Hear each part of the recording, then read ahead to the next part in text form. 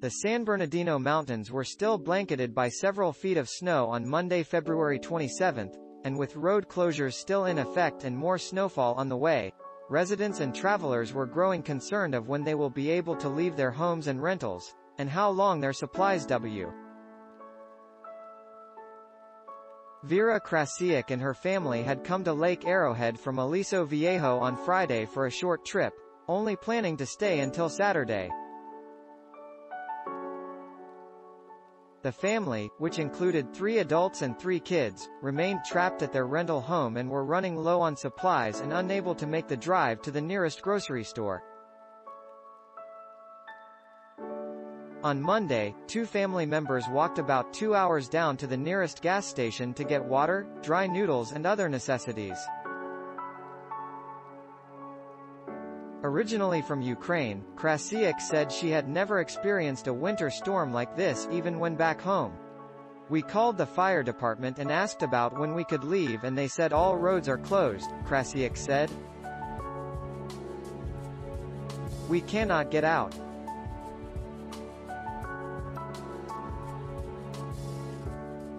Hard road closures remained on Monday with no access to anyone other than emergency services while Caltrans staff continued working to clear the snow on highways 18, 138, 189, 173, 330 and 38, according to Caltrans spokesperson Carolina Rojas.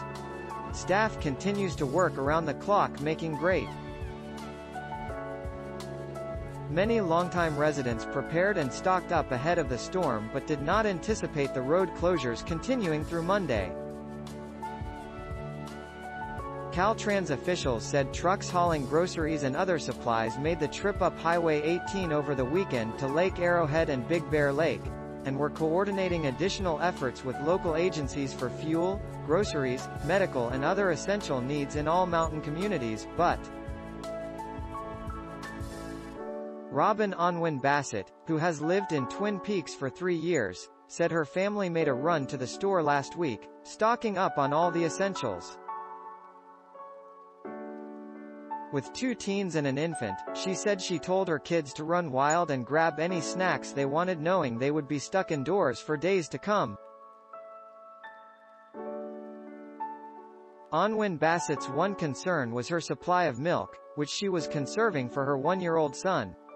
She said the road outside her home on Monday was still covered in several feet of snow. A snowplow had come through the neighborhood earlier to clear the roads, but with so much snow continuing to fall, the efforts were in vain. "I felt bad for the guy because there's just nowhere to even push it all," Unwin-Bassett said. "My husband was out there for hours shoveling, a neighbor with his own plowing tools was trying to clear the road, but it just keeps falling.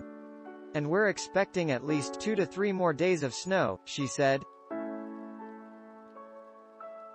Arthur Lev has lived in Crestline for the last 2 years and said he was running low on supplies for himself and his 2 cats.